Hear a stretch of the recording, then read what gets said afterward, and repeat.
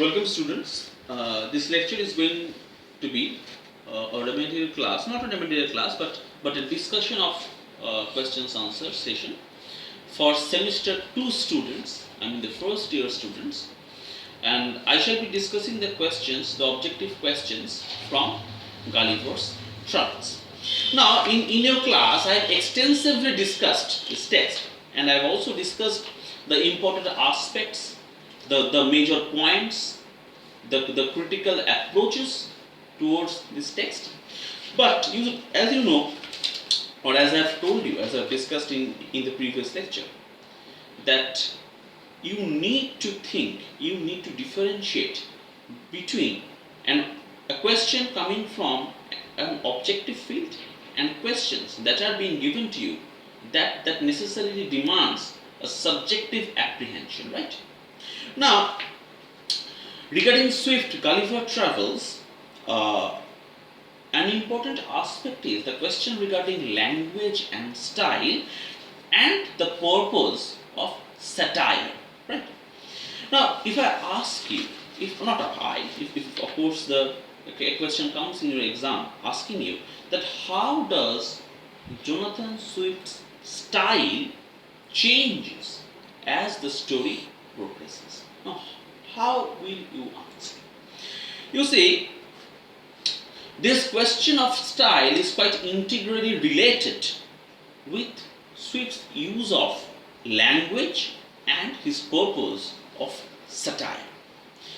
So, scattered among the standard narrative style, most part of Gulliver Travels are legal documents and reports. If you go through the text, I think you are quite sure about this particular point. Because the inventory of Gulliver's possessions and the list of obligations presented to him by the Lilliputians, right? By the people mentioned in the first book, The Land of the Lilliputs. So they have presented him the list of his possessions, right?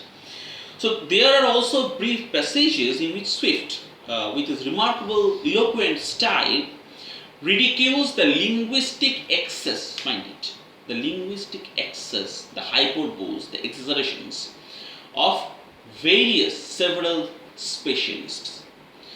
An important example would be at the beginning of part 2, chapter 1, where Gulliver uses the complicated style of natural jargon. The effect is so overdone that instead of coming off as a demonstration of Gulliver's in-depth knowledge in selling, the passages reflects to the readers, to us, as a satire of selling languages and to be more specific, any kind of any specialist jargon.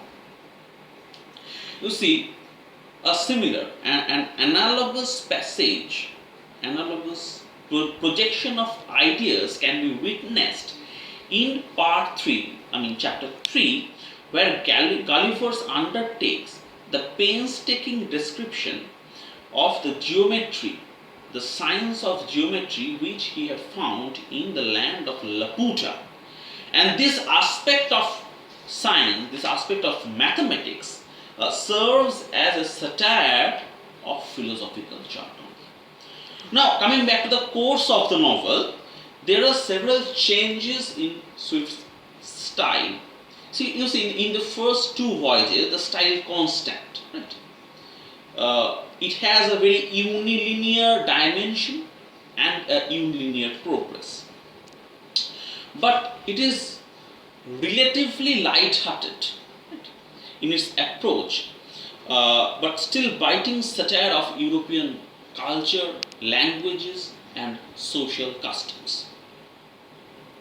You see, Gulliver becomes less of a personality and more like an abstract observer who watches and who frames an outstanding adventure among dwarves and giants. In Lilliputs, they are basically dwarves, and in the land of Brobdingnac, we find the gigantic creatures. You see, in the third voyage, right, adventures in Lagado, Japan, etc., the tone notably transforms. Right? So Gulliver, in that particular book, Gulliver's judgments of the society he encounters, his judgments, his observations become more direct and unmediated. And the overall narrative becomes less of an adventure and more of a scattered satire on abstract thought. In the last part, in the fourth voyage, in the land of Yahu and Hunnims, the tone becomes more serious, more grave. And in the first three adventures, what Gulliver has depicted in the first three books. In this book, in the last book, Gulliver's tone is more serious, right, and more desperate.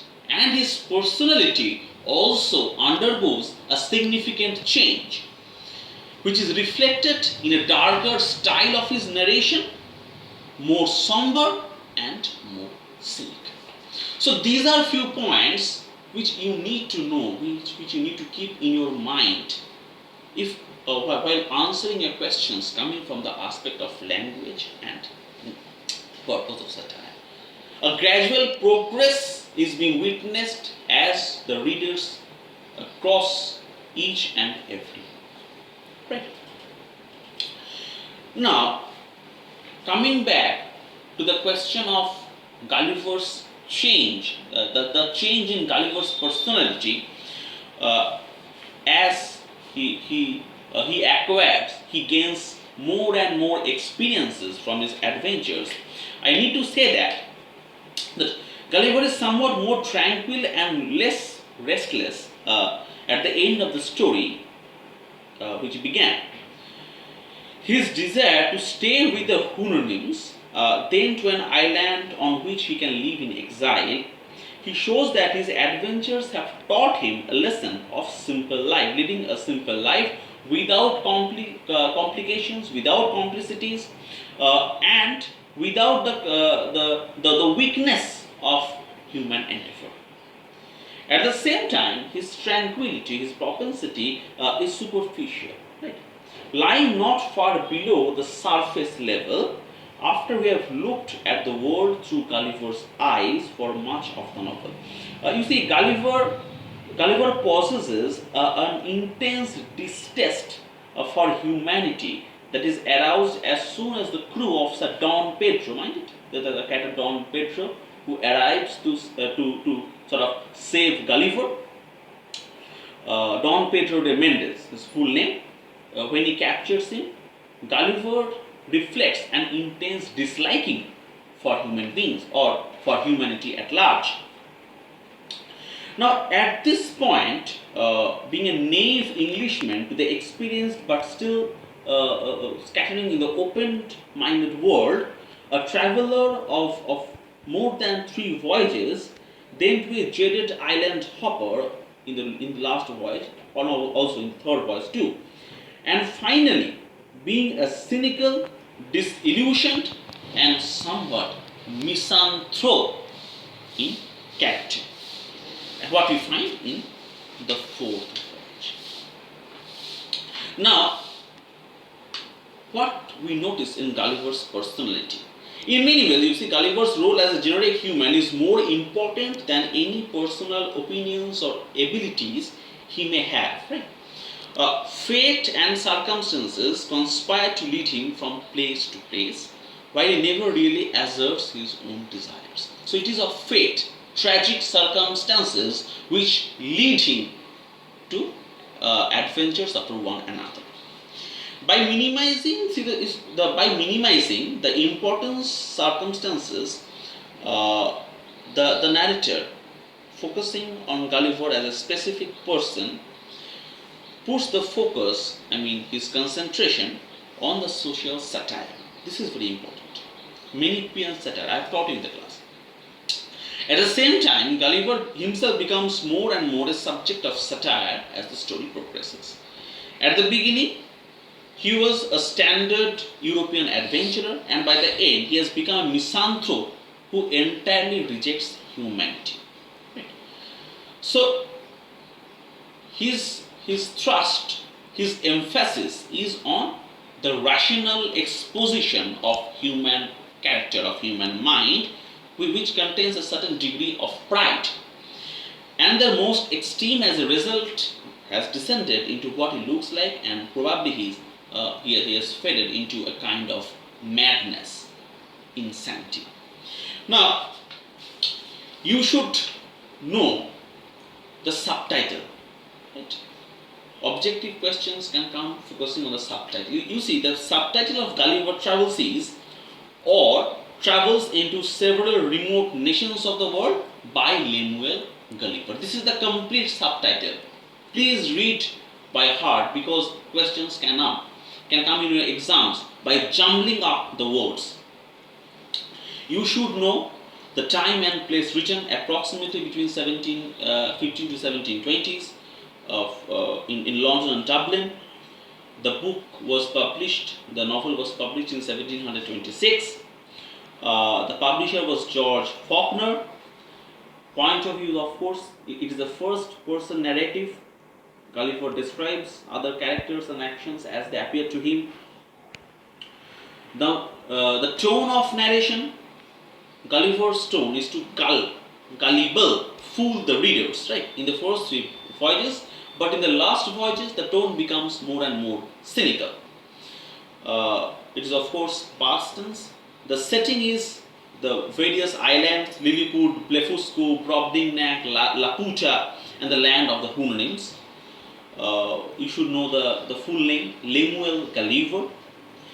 Now, coming back to the major conflict, the major conflict occurs when Gulliver strives to understand the ramifications of various societies on which he comes into contact with the inhabitants of the societies, and compare with his own native place of England. Right? And the climax, if I can really say that there is a climax, then it is, of course, located or situated when Gulliver rejects human society in the fourth voyage, and specifically when he shuns the generous Don Pedro de Mendes as a vulgar Yahoo. So these are a few points which you need to know. In the next lecture, I shall be discussing more and more questions, important points, from which objective questions can come. But remember, those questions will be definitely subjective, thematic in its approach. Thank you.